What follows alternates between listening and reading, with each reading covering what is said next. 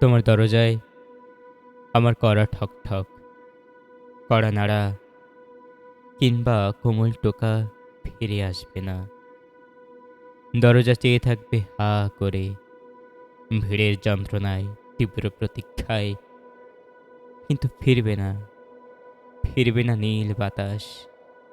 কৃষ্ণ ফিরবে, রায় ফিরবে, জলেখা ফিরবে, ইউসুফ ফিরবে, কিন্তু মজনু ফিরবে না।